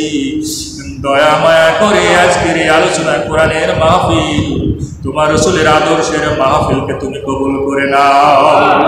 আল্লাহ, আজকের আলোচনা থেকে যা প্রতিদান তুমি দাও, সর্বপ্রথম তোমার দোস্ত তোমার হাবিব বিশ্ব নবীর কবরে পৌঁছায়া দাও। আল্লাহ রাব্বুল আলামিন, বাবা আদম, মা হাওয়া থেকে শুরু করে যত নবী রাসূল, আল্লাহ পীর বুজুর্গ ওলিয়া উলিয়া হাফেজ কারি মাওলানা পৃথিবীর বুক থেকে গহীন কবরে ঘুমিয়ে আছে, প্রত্যেকের কবরে তুমি পৌঁছায়া দাও। আল্লাহ রাব্বুল আলামিন, আমাদের জনম দুঃখিনী মা, জনম দুঃখিনী বাবা কতদিন হলো আমাদের বুক থেকে, আমাদের চক্ষুর সামনে থেকে গহীন কবরে আড়াল করে চলে গেছে। আল্লাহ, পৃথিবীর এক প্রান্ত থেকে আর এক প্রান্তের খবর চোখের পলকে নেওয়া যায়। আল্লাহ, মেসেঞ্জারের মাধ্যমে, আল্লাহ হোয়াটসঅ্যাপের মাধ্যমে, আল্লাহ রাব্বুল আলামিন কত কিছুর মাধ্যমে আজ দেখা যায়। কিন্তু বাড়ির পাশে বাঁশবাগানের মধ্যে ছোট্ট একটা জায়গায় বাবা মা চিরতরে ঘুমিয়ে আছে, দেখার মতো সাধ্য নয়। যে বাবা মা আমাদেরকে ঘর দিল, বাড়ি দিল, মানুষের মতো মানুষ করলো, আল্লাহ সম্পদ দিল, এত কিছু দিয়ে গেল, বিনিময়ে শুধু একখানা কাপড় নিয়ে বাবা মা চলে গেছে।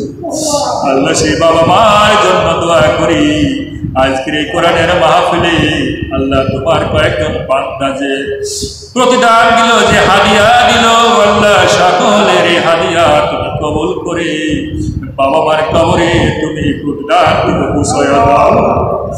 রব্বুল আলামিন, বাবার জন্য দোয়া করি, মার জন্য দোয়া করি, মন খুলে বাবা মাকে কবরে কাঁদায়ও না, বাবা মাকে কবরে তুমি কাঁদায়ও না। আল্লাহ, তুমি বাবা মার কবর খানাকে আলোকিত করে দাও, জান্নাতের বাগিচা বানায়া দাও। আল্লাহ, বড়ই সারার সকল মা বোন ভাই আত্মীয় পরিজন সকলকে তুমি হেফাজত করো। আসমানি বালা আসমানে উঠায়া দাও, জমিনের বালা তুমি জমিনে দাবায়া দাও। আল্লাহ, রুজি রুজিতে বরকত দাও, হায়াতে বরকত দাও। আল্লাহ, জীবন চলার ক্ষেত্রে সব কিছুতেই তুমি বরকত দিয়ে দাও। আল্লাহ, আমাদেরকে তুমি সুদ মুক্ত, ঘুষ মুক্ত, অশ্লীলতা মুক্ত জীবন দাও। বিশ্ব নবীর আদর্শ আমাদের চরিত্রের মধ্যে তুমি ঢুকাইয়া দাও।